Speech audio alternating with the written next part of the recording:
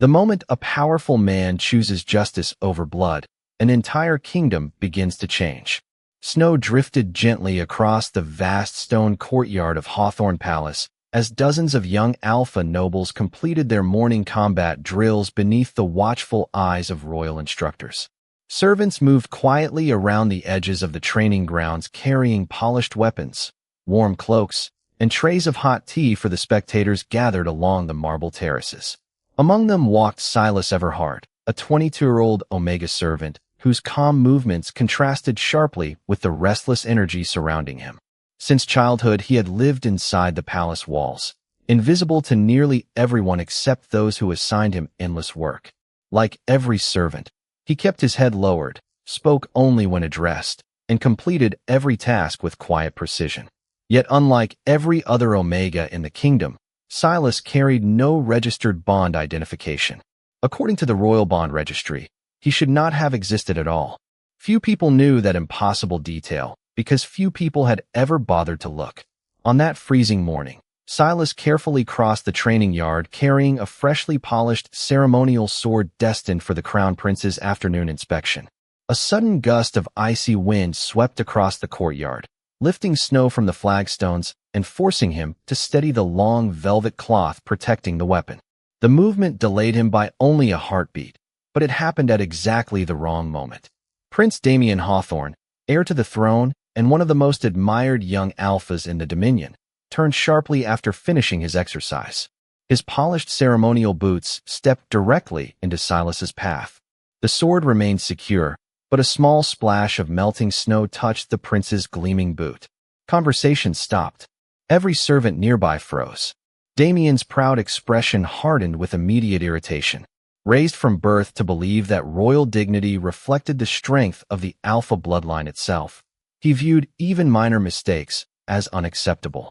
Without considering the frightened silence spreading through the courtyard, he shoved Silas backward. With enough force to send the young Omega stumbling into the snow before delivering a humiliating kick against the servant's side to push him farther away rather than causing serious injury. Gasps echoed around the training ground. No one moved. No one dared challenge the future king. Silas slowly pushed himself upright, brushing snow from his worn gray servant uniform. His breathing remained controlled.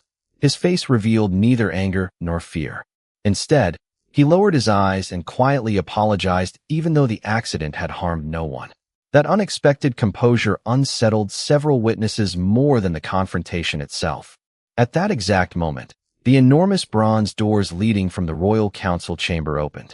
King Adrian Hawthorne stepped into the winter light after concluding a meeting with military commanders and provincial governors. The 42-year-old Alpha King was respected throughout the Dominion not because he ruled through fear, but because he believed laws existed to restrain power rather than excuse it. Captain Nolan Pierce followed several steps behind, while Lady Celeste Rowan reviewed documents beside them. Adrian's attention immediately shifted toward the silent crowd gathered in the courtyard. Kings learned to recognize dangerous silence long before hearing explanations. As he approached, he saw his son standing proudly over an Omega servant still kneeling in fresh snow. Their eyes met across the courtyard. Damian's confidence faded for the first time that morning. Adrian did not raise his voice. He did not rush forward. His calm expression became far more unsettling than anger could have been. He walked directly toward Silas instead of toward the prince. Reaching the young Omega, the king extended his gloved hand. The entire courtyard watched in stunned disbelief as the highest alpha in the Dominion helped a servant rise to his feet with the same dignity he would have shown a respected noble. Silas hesitated before accepting the gesture, clearly uncertain whether such kindness could possibly be real. Adrian noticed something unexpected in that brief moment.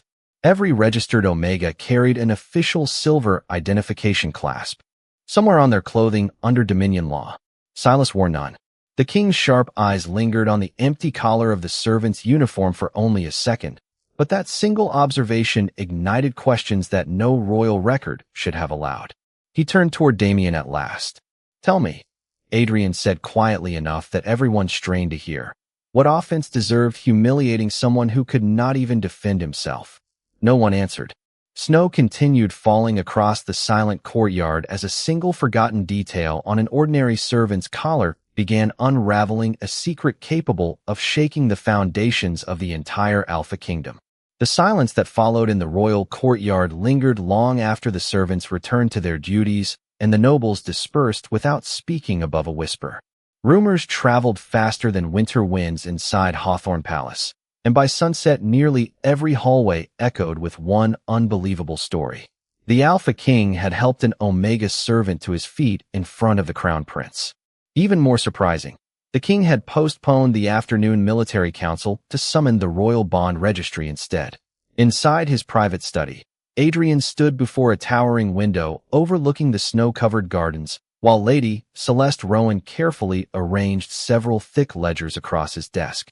Every Omega born within the Dominion was legally required to appear inside these records. Registration determined guardianship, employment rights, inheritance protections, and every official bond recognized under royal law. Missing records were almost unheard of because the registry was considered one of the kingdom's most secure institutions. Adrian opened the oldest volume first. His experienced eyes scanned page after page until he reached the section listing palace servants. He found cooks, gardeners, stable workers, musicians, attendants, and dozens of Omega employees stretching back many years. Silas Everhart was nowhere to be found. Assuming the omission resulted from a clerical error, Adrian ordered newer ledgers.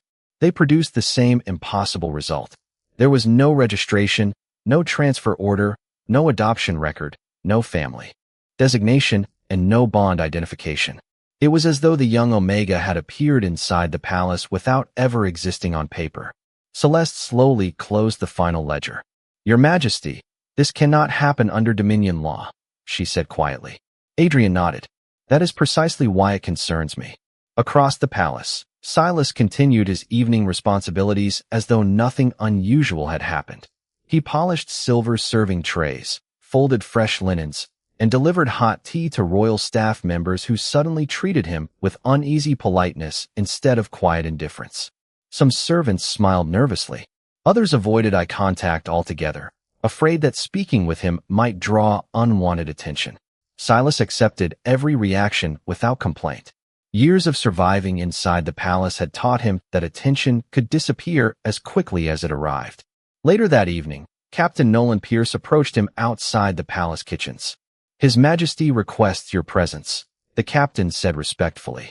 Silas hesitated for only a moment before following him through hallways he had cleaned countless times, but never entered as an invited guest. When the heavy study doors opened, Adrian looked up from the mountain of records spread across his desk. Instead of remaining behind the polished oak furniture, the king walked forward until only a few feet separated them. "Please," Adrian said calmly, "sit down." Silas blinked in surprise. Servants did not sit in the king's study.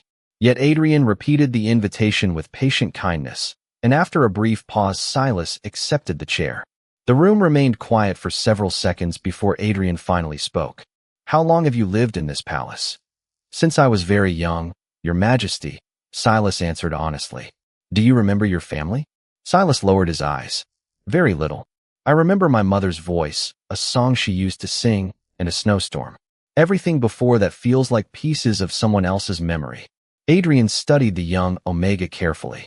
There was no deception in his voice, only quiet uncertainty. "Who gave you your registration papers?"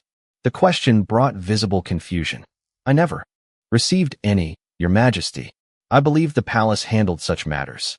Adrian exchanged a troubled glance with Celeste.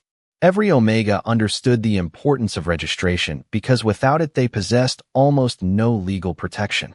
The fact that Silas had never even questioned its absence suggested someone had intentionally hidden the truth from him since childhood. After Silas departed, Adrian remained motionless beside the fire. "Someone erased an Omega from the kingdom's legal identity," he said softly. Celeste looked toward the sealed doors before answering. Only a handful of officials possessed that authority. Adrian's expression hardened with quiet resolve. "Then tomorrow we begin asking why."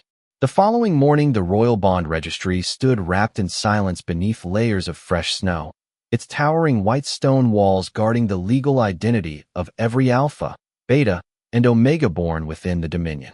Few citizens had ever entered the building because its archives contained records that shaped nearly every aspect of life, from family lineage and inheritance to employment rights, guardianship, and the lawful recognition of bonds. According to centuries of royal law, no Omega could be employed, adopted, transferred, or protected without a complete registry file. That single fact made Silas Everhart's existence impossible. King Adrian arrived without public announcement, accompanied only by Lady Celeste Rowan and Captain Nolan Pierce.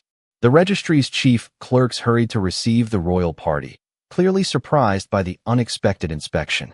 Their nervous expressions deepened when Adrian requested unrestricted access to the original archive rather than the public records. Thick ledgers, sealed scrolls, and carefully preserved certificates covered long oak tables as the staff searched for any trace of Silas. Hours passed without success. Every search produced the same unsettling answer. There had never been an official registration under his name. Finally, one elderly archivist approached with visible hesitation.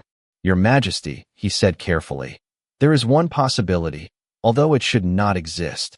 Adrian looked up immediately.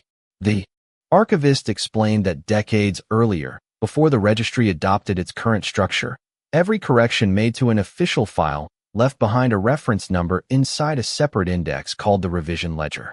Even when a record was legally updated, the old reference could never be completely erased because the system had been designed to prevent corruption. If someone had deliberately removed an identity, the revision ledger might still remember what the official archives had forgotten. The old volume was retrieved from a locked chamber beneath the building. Dust covered its leather binding, suggesting it had not been opened for many years. As the pages slowly turned, Celeste suddenly stopped. A faded reference number appeared beside an incomplete entry. The original name had been carefully scratched away, but one word remained untouched because it belonged to the filing category rather than the person's identity. Palace assignment. Adrian studied the damaged page in silence. Whoever had altered the record had removed the individual but failed to eliminate every trace of the process itself. Someone with extraordinary authority had wanted an Omega connected to the royal household to disappear from history. Meanwhile, back inside Hawthorne Palace, Silas carried fresh linens toward the royal library when two young Omega servants quietly approached him. Only days earlier they would have avoided conversation, but now curiosity overcame caution. One of them smiled shyly. "Is it true the king spoke kindly to you?" Silas hesitated before answering. "His Majesty treated me with respect." The other servant looked almost amazed. "No one has ever done that for someone like us in public." Their brief conversation ended when footsteps echoed through the corridor, but the exchange remained in Silas's thoughts long afterward. For the first time, he realized the king's simple act had already begun changing how others viewed him. Later that afternoon, Adrian returned to the palace carrying copies of the damaged registry pages. Before entering his study, he noticed Prince Damian waiting near the entrance. The young alpha had clearly spent the previous day reflecting on the incident in the courtyard. His usual confidence had been replaced by uncertainty. "Father," Damian began cautiously, "are all of these investigations truly necessary for one servant?" Adrian met his son's eyes without anger. "That is exactly the question you should be asking differently." Damian frowned. Adrian continued, "If our laws promise every Omega legal protection, yet one has lived inside this palace for years without those protections, then this is no longer about one servant.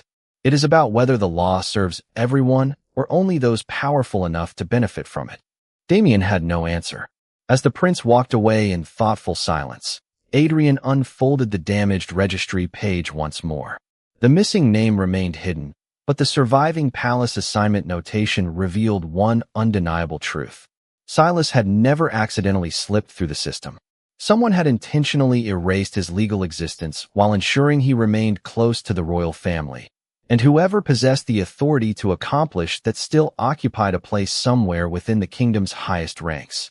The discovery inside the revision ledger changed the atmosphere throughout Hawthorne Palace, even though only a handful of people knew what had been found.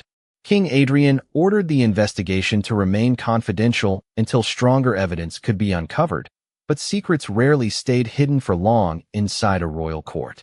Servants whispered in kitchens, guards exchanged cautious glances during patrols, and noble officials quietly wondered why the king had begun reviewing decades of forgotten records. Among those paying the closest attention was Prince Damian Hawthorne. For the first time in his life, he questioned whether his father saw something that he had completely overlooked. Yet another thought disturbed him even more. If the king continued defending Silas, people might begin believing an ordinary Omega servant had gained unusual influence over the throne. That possibility troubled the young Alpha far more than he wished to admit. Rather than speaking openly with his father, Damian decided to learn more about Silas himself. Over the next several days, he quietly questioned senior servants, stable workers, and elderly attendants who had served the palace for decades. Their answers only deepened the mystery. Everyone remembered Silas growing up within the palace walls, but no one remembered the day he first arrived. Some believed he had been rescued during a harsh winter. Others insisted he had always been there. No stories matched. No documents explained anything. Meanwhile, Lady Celeste continued examining forgotten royal archives stored beneath the oldest wing of the palace. Unlike the bond registry, these collections preserved ceremonial records, household appointments, and family histories reaching back generations. Hours passed as she carefully compared faded lists with the damaged revision ledger reference. Finally, she uncovered an aging leather-bound volume labeled Royal Household Assignments. Many pages had faded beyond recognition, yet one section immediately caught her attention. A line had been deliberately cut from the page, leaving only fragments of surrounding text intact. Most names had vanished forever, but one heading remained untouched because it had been engraved directly into the page rather than written with ink. Royal Blood Registry. Celeste felt a chill that had nothing to do with the cold stone chamber. The Royal Blood Registry was reserved exclusively for individuals whose legal status directly affected the royal family's hereditary bonds and succession protections. An ordinary palace servant could never appear within those records. If Silas's missing file had once belonged there, someone had erased not merely an identity, but an entire connection to the crown itself. Before reporting her discovery, Celeste carefully secured the fragile volume and carried it directly to Adrian's private study. The king listened without interrupting as she explained every detail. When she placed the damaged book before him, Adrian slowly traced the surviving words with one gloved finger. Neither of them spoke for several moments. Finally, Adrian broke the silence. "This was never about hiding a servant," he said quietly. "Someone wanted to erase a truth that reached the royal family." At nearly the same time, Silas experienced something he had not felt in many years. While organizing old linens inside an unused storage room near the northern wing, he noticed a faint melody drifting through his thoughts. It was the same lullaby his mother had once sung, although he had not consciously remembered it for years. As the tune returned, scattered images flashed across his memory. He saw warm candlelight reflecting from polished marble floors, a woman smiling as snow fell beyond tall palace windows, and a silver emblem shaped like intertwined vines resting against rich blue fabric. Before he could grasp the meaning, the memories faded as quickly as they had appeared. Still shaken, Silas quietly left the room without understanding why the forgotten song suddenly felt connected to the palace itself. That night, unable to quiet his thoughts, Silas returned alone to the abandoned northern storage room where the melody had first resurfaced. He slowly ran his fingers across the cold stone walls until they brushed against a shallow carving hidden beneath years of dust. Intertwined vines surrounded an old royal crest identical to the silver emblem from his memory. Kneeling beside it, he noticed a loose stone unlike the others. Behind it rested a tiny weathered wooden token engraved with the same symbol. Early the next morning, Silas brought the token directly to King Adrian instead of hiding what he had found. The small discovery did not answer every question, but it confirmed that his fading memories were leading them towards something real rather than imagined. That evening, Adrian summoned Celeste once again. Looking over the damaged records, he reached a decision that would push the investigation into far more dangerous territory. If the registry was altered, he said firmly, then someone inside the highest levels of this kingdom has protected that lie for many years. We will continue until every missing page tells us exactly what was stolen from Silas and why. King Adrian's decision transformed a quiet investigation into a careful search for a truth that had been buried beneath decades of royal silence. Over the following week, Lady Celeste compared damaged palace archives with forgotten household payrolls, ceremonial guest lists, and transportation records from years long past. Most of the documents revealed nothing unusual, but one weathered journal written by a retired palace steward contained a single sentence that immediately captured her attention. It described the arrival of a royal Omega Guardian and her young child shortly before a violent political crisis forced the palace into emergency lockdown many years earlier. The steward had not recorded their names, but he mentioned that the Guardian carried responsibility for protecting the integrity of the royal bond system itself. The final pages of the journal had been torn away.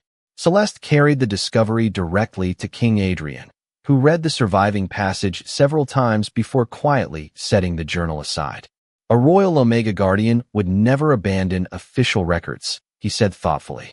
If both the Guardian and the child vanished from history, someone made certain every trace disappeared with them. At nearly the same time, Silas continued his daily responsibilities, unaware that his forgotten past had become the center of the king's attention.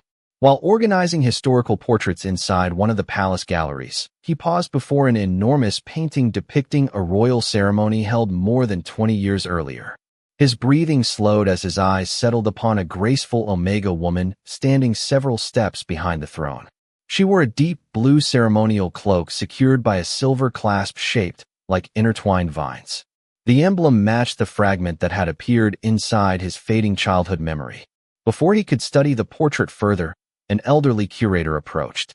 "She served the crown many years ago," the old man said softly. People called her the Royal Guardian, although few understood what that title truly meant. Silas stared at the painting in stunned silence. "Do you remember her name?" he asked almost instinctively. The curator frowned with regret. "I wish I did." Shortly after those events, every official description beneath this portrait was replaced. It always seemed unusual. The brief conversation left Silas deeply unsettled. For the first time, he no longer believed his missing memories were simply the result of childhood. Someone had erased them from history just as thoroughly as they had erased his legal identity. Meanwhile, Prince Damian found himself struggling with growing uncertainty. The more he observed Silas, the less he could reconcile the quiet, hard-working Omega with the image he had created in his own mind. Silas never sought special treatment, never used the king's attention to gain advantages, and continued working beside every other servant without complaint. Damian finally realized that the person whose judgment had been clouded was not Silas, but himself. That evening he approached the young Omega in one of the palace courtyards where fresh snow covered the stone paths beneath glowing lanterns. For several awkward moments neither of them spoke. Finally Damian lowered his head. "I treated you unfairly," he admitted. "I believed your position determined your worth, and I was wrong." Silas looked surprised by the unexpected apology. After a long pause, he answered with calm honesty. "Respect means more when it changes the future than when it only changes the past." Damian nodded slowly, understanding that forgiveness required actions rather than words. Their conversation ended quietly, but it marked the beginning of a different relationship built not upon fear or authority, but mutual recognition. Later that night, King Adrian gathered Celeste and Captain Nolan inside his study. The scattered clues now formed a clearer picture. Silas had almost certainly been the child of the Royal Omega Guardian, and the destruction of their records had benefited someone with extraordinary influence over both the bond registry and the royal administration. Adrian looked toward the locked cabinet containing every recovered document before speaking the name that had appeared repeatedly beside old registry authorizations and emergency revisions. "Tomorrow," he said firmly, "we begin examining every decision made by Chancellor Vincent Mercer during those years.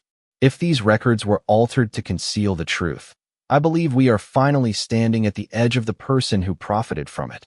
The evidence pointing toward Chancellor Vincent Mercer grew stronger with every document King Adrian uncovered. Yet suspicion alone could never overturn decades of royal law. Every official record connected to the Chancellor appeared flawless on the surface, but Lady Celeste noticed a repeating pattern hidden within authorization seals issued during the years following the political crisis. Each missing file, altered transfer, or unexplained revision carried approval from Vincent's office before disappearing into permanent storage. The pattern suggested careful planning rather than isolated mistakes. Adrian understood that if the Chancellor truly controlled both the registry and the flow of official records, then the answers they sought would never appear inside public archives. They would have to search somewhere few people even knew existed. Deep beneath Hawthorne Palace lay the Bond Vault, a chamber constructed centuries earlier to preserve the original royal covenants from which every legal bond registration was copied. Unlike the Royal Bond Registry, which handled daily administration, the vault protected the first handwritten records sealed by former monarchs. Only a reigning Alpha King possessed the authority to unlock its iron doors. At sunrise, Adrian quietly assembled a small group consisting of Lady Celeste, Captain Nolan Pierce, and, after careful consideration, Silas himself. "If this mystery concerns your past," Adrian told him, "you deserve to witness whatever truth we uncover." Silas accepted with quiet gratitude, though uncertainty lingered in his eyes. Before they entered the ancient passageway, Adrian handed Silas a small travel lantern instead of carrying it himself. "You know these halls better than any of us now," he said with a quiet smile. "Would you guide the way?" Silas looked momentarily surprised before accepting the lantern. No king had ever entrusted him with leading anything. As they walked deeper beneath the palace, Adrian never hurried him or questioned his careful pace. By the time they reached the great iron door of the Bond Vault, the silence between them already carried the quiet ease of two people learning to trust each other, rather than the distance of a ruler and his servant.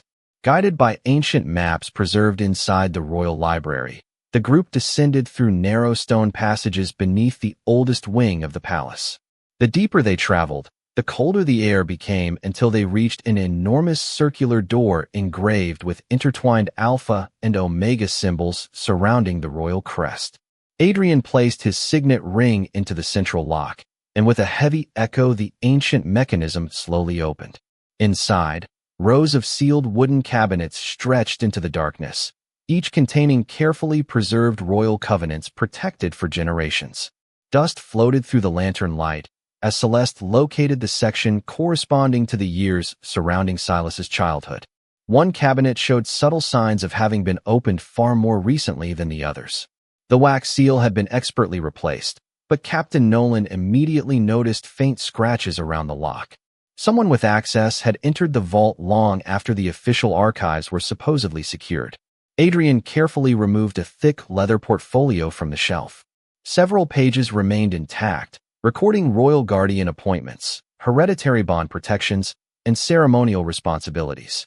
Then Celeste uncovered a missing space within the sequence where one covenant had clearly been removed and replaced by a copied summary lacking official signatures. "The original is gone," she whispered. Before anyone could continue searching, distant footsteps echoed through the stone corridor outside the chamber. Captain Nolan quietly stepped toward the entrance while Adrian closed the portfolio. Moments later, Chancellor Vincent Mercer appeared, wearing his usual composed expression. He smiled politely, but surprise briefly crossed his face when he realized the king had entered the vault without informing him. "Your Majesty," Vincent said smoothly, "this chamber contains sensitive historical material. I would have gladly assisted had I known of your visit." Adrian studied him carefully. "History has already been assisted enough," he replied. Vincent's smile bare news of the king's decision to convene a formal royal tribunal spread across the Dominion with astonishing speed. Nobles traveled from distant provinces, senior judges assembled inside the Grand Hall of Justice, and representatives from every major Alpha, Beta, and Omega Council filled the marble galleries overlooking the chamber. The hearing was not announced as the trial of a single official. Instead, it was declared an examination of the integrity of the royal bond system itself. Such proceedings had not taken place in generations because the bond registry formed the legal foundation of every family, inheritance, and recognized bond throughout the kingdom. If corruption truly existed within that system, every citizen had reason to fear its consequences. Chancellor Vincent Mercer entered the chamber with complete confidence. His reputation for legal precision remained unmatched, and many influential nobles expected him to dismantle the king's accusations through careful interpretation of the law. Across the hall, Silas stood quietly beside Lady Celeste and Captain Nolan, wearing a simple, formal servant's uniform because he refused to claim honors that had not yet been restored. King Adrian took his place upon the elevated royal seat reserved for judicial proceedings rather than ceremonial authority, making it clear that even the crown would submit to the law during the hearing. Judge Miriam Holloway, respected throughout the Dominion for her impartial judgment, opened the session by reminding every person present that no title outweighed the truth preserved within lawful evidence.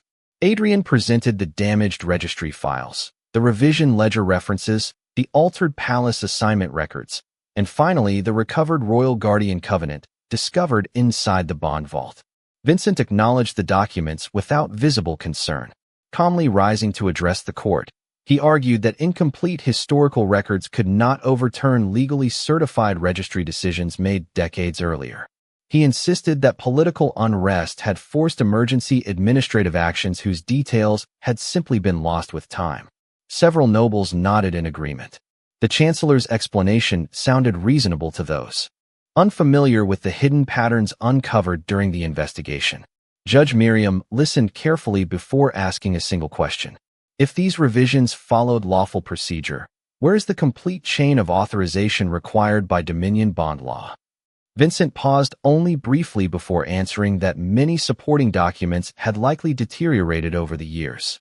Celeste immediately produced preservation logs proving that the archives containing those authorizations had remained intact until selected files disappeared under orders issued through the Chancellor's office.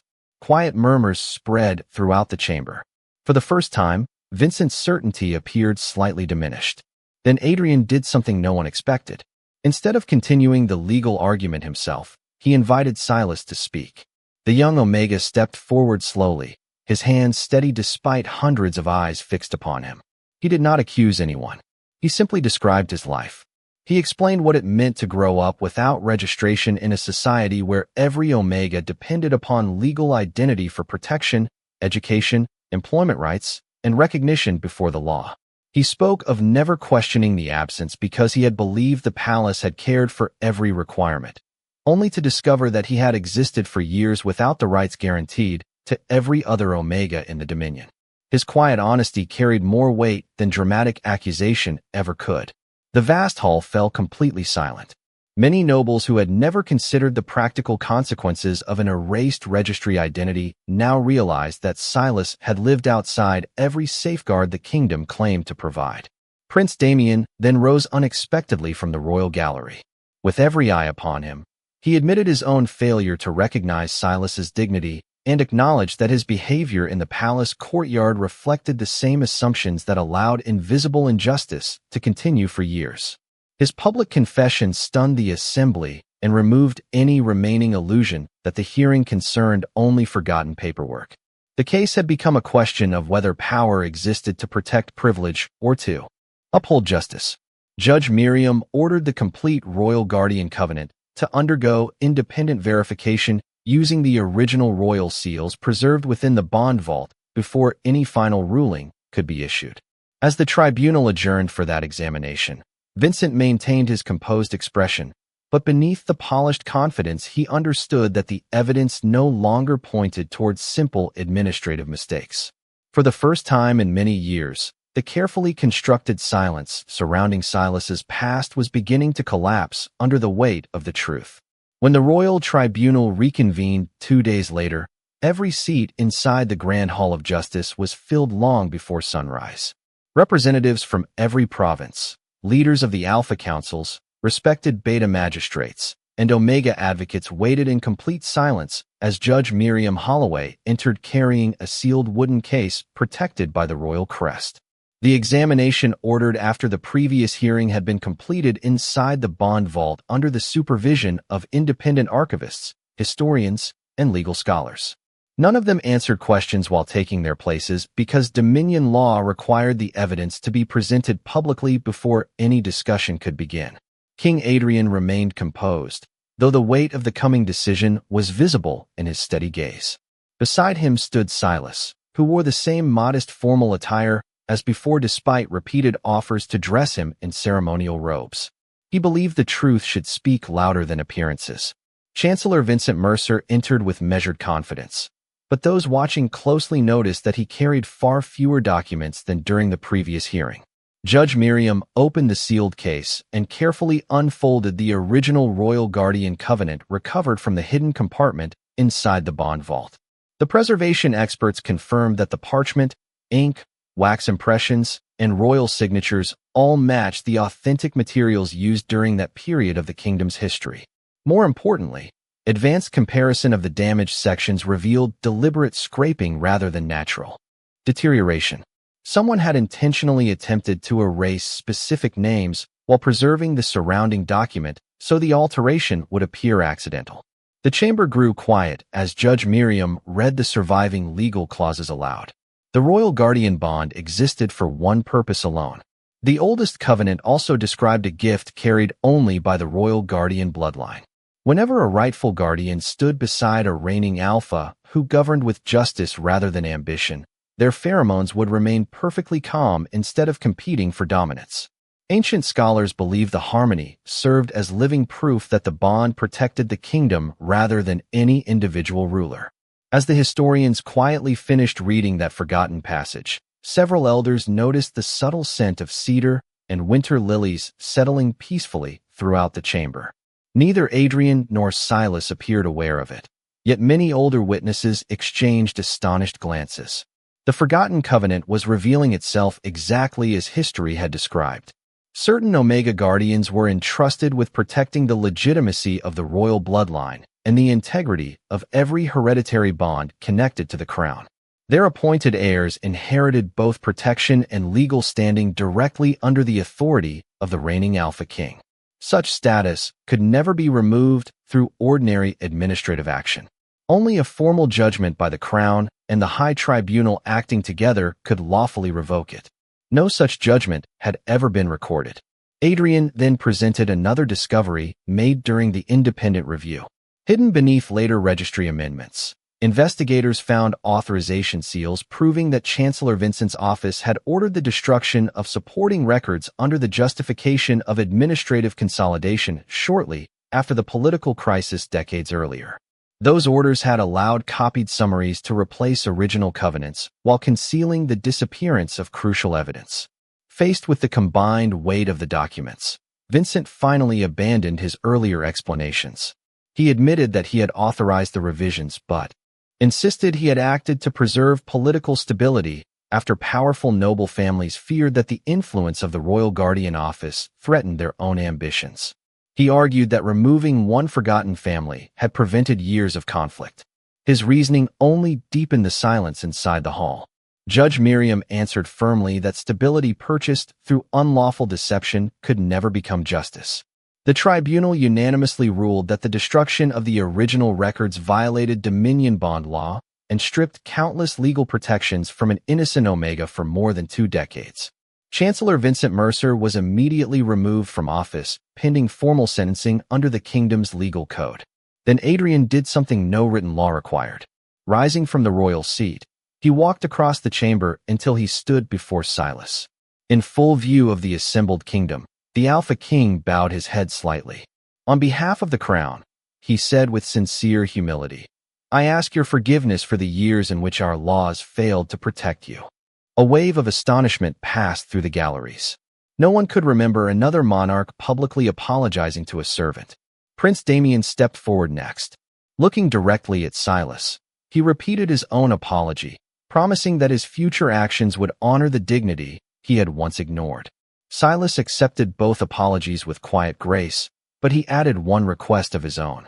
"If this tribunal truly wishes to restore justice," he said calmly, "then no Omega should ever again lose their identity because someone powerful decides they no longer deserve to exist on paper." Adrian met his eyes and answered without hesitation, "That change begins today." In that moment, the relationship between the king and the young Omega was no longer defined by authority and service alone. It had become a partnership built upon trust, mutual respect, and the shared determination to reshape an entire kingdom so that its laws would finally protect the people they were always meant to serve. 1 year later, the kingdom looked remarkably different from the one Silas Everhard had quietly served for most of his life. The Royal Bond Registry had been completely rebuilt under independent oversight, with every historical record carefully reviewed, restored, and protected by new safeguards that no single official could ever alter again. Every Omega, regardless of family, wealth, or social position, now possessed the legal right to verify personal records directly before the registry, ensuring that no identity could disappear behind sealed offices or political ambition. Across the Dominion, the reforms became known as the Hawthorne Restoration, not because they strengthened the crown, but because they strengthened the law itself. King Adrian insisted that justice could never depend upon the kindness of one ruler. It had to survive every generation that followed. Silas accepted the appointment as Royal Bond Protector, the modern successor to the ancient guardian office that had nearly vanished from history. Unlike the position once held in secrecy, the new office welcomed citizens openly. Every week, alphas, betas, and omegas traveled from every province seeking guidance, record verification, or protection under the revised legal system. Silas greeted each visitor with the same quiet patience that had carried him through years of unnoticed hardship. Those who met him rarely guessed that the calm young Omega had once lived inside the palace without even possessing a lawful identity. His greatest satisfaction came not from recognition, but from watching frightened families leave with confidence that their rights now belonged to them rather than to powerful officials. Prince Damian changed as profoundly as the kingdom around him. He spent months visiting schools, guilds, and community centers, speaking openly about responsibility, humility, and the dangers of judging another person's worth through rank or designation alone. Many people were surprised to hear the future king acknowledge his own mistakes without excuses. His willingness to learn earned respect that authority alone never could. Whenever young alpha nobles entered royal service, Damian personally reminded them that true leadership began with protecting those who possessed the least power. Lady Celeste continued overseeing the restoration of forgotten archives, while Captain Nolan supervised new security measures protecting both the bond vault and the royal registry.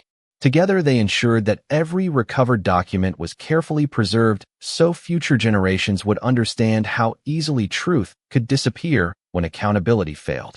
On the first anniversary of the tribunal, Adrian invited palace staff, judges, soldiers, scholars, and ordinary citizens into the royal gardens for a public dedication ceremony. Fresh snow covered the pathways just as it had on the day everything changed. Children laughed as they ran between newly planted winter trees, their voices filling a place that once echoed with silent fear. Among them were young Omegas proudly wearing their official registry clasps, symbols not of ownership, but of legal protection and recognized identity. Adrian stood beside Silas, overlooking the peaceful scene. Neither spoke for several moments. They no longer needed many words to understand one another.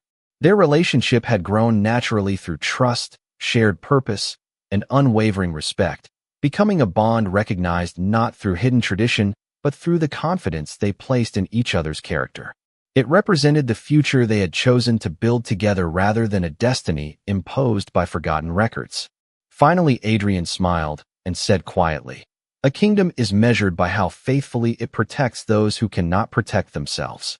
Silas looked across the gardens where families from every designation gathered without fear and answered, "Then today this kingdom has finally become worthy of its own laws." Snow continued falling softly over Hawthorne Palace as church bells echoed across the capital, carrying a simple promise into the winter air. No Omega would ever again be erased from history, no Alpha would stand above the law, and no child's future would depend upon secrets hidden inside forgotten pages. The legacy left behind was not one of power, but of justice remembered by every generation that followed. What would you have done if you were in this situation? Tell us in the comments. If you love Alpha and Omega stories filled with passion, loyalty, heartbreak, and second chances, please like, subscribe, and turn on notifications so you never miss our next story.